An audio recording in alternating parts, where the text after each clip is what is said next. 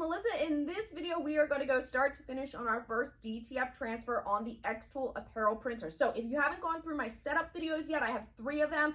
I would suggest that you do that. If you are here to see how this works, you are in for a treat. We are going to start in the software, and when you see that this is basically 10 minutes from putting your design in the software till coming out with a print, and more than half of that time is in the heater, you are going to be mind blown like I was. All right, let's go.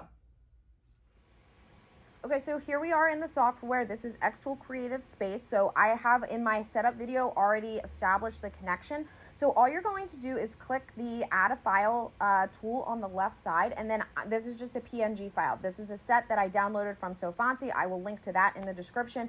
It brings it into your design space. So now all you need to do is you can scale it. You can do that by adjusting one of the corners, or you can manually adjust the size if there's a specific dimension that you want. I'm just making this 10 inches for now to make it easy, but this is literally it. You could now hit print if you want. Object to fill is what is default there. I would say if you want choke, which is to bring the white ink a little bit in, I would put it somewhere between 0.2 and 0.5 millimeters, and then you can hit print. This is literally it. If you have used other RIP softwares before, you know that there's a lot more settings than this. There's a lot more that you typically have to do, not with xTool Creative Space and not with the xTool Apparel printer. When you get to this page, you're literally going to hit print again. It's going to tell you that the task has been created.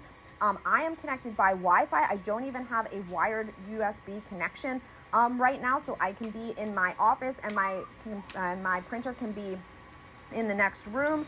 And what it's going to do is begin printing. So it's going to start going through the printing process. Once it gets through the printer, it is then going to move into the shaker. If you have a shaker set up, I will tell you it takes an excruciatingly long time if you're not expecting it, wondering where is my print. It looks like the print, once it's gone through the powdering process, has just fallen down, and it's a very small heater and shaker. So where is it? Well, if you look on the screen, it will tell you the print is complete at 100%, and then it gives you a percent of how far along it is in the heating process. So you're not like me. Literally me wondering where the hell my prints are.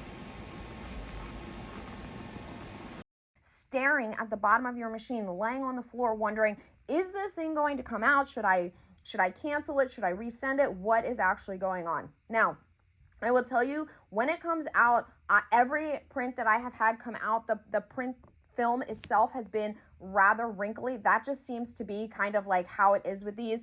I will tell you that once you put it on your shirt, use it heat press, the transfer itself is fine. The material I wish was a little bit smoother, because if you were going to sell the transfer itself, to me, this doesn't look super professional, but I will say that the transfers come out great. And a quick 10 or 12 second press and cold peel, you're done. So as you can see, this is very easy to get started once you have it all set up. It's easy to set up too. And if you haven't set it up yet, don't worry. I have, like I said, 3 different setup videos to get you through loading the ink, loading the film, making sure that your heater and shaker and filter is all set up correctly so you can get started. I literally had this set up in a matter of an hour or 2 and was printing, and it's very easy to use. So if you are looking for the xTool Apparel printer, different bundles, things like that, I am going to link to everything in the description below. If you're looking for one-on-one help with DTF, whether it's this printer or another one that you've seen here on my channel, any of the softwares, if you're wondering what else can I do with a DTF printer, does it always have to go on shirts? I have other videos on that as well. Not necessarily. All right, guys, see you soon.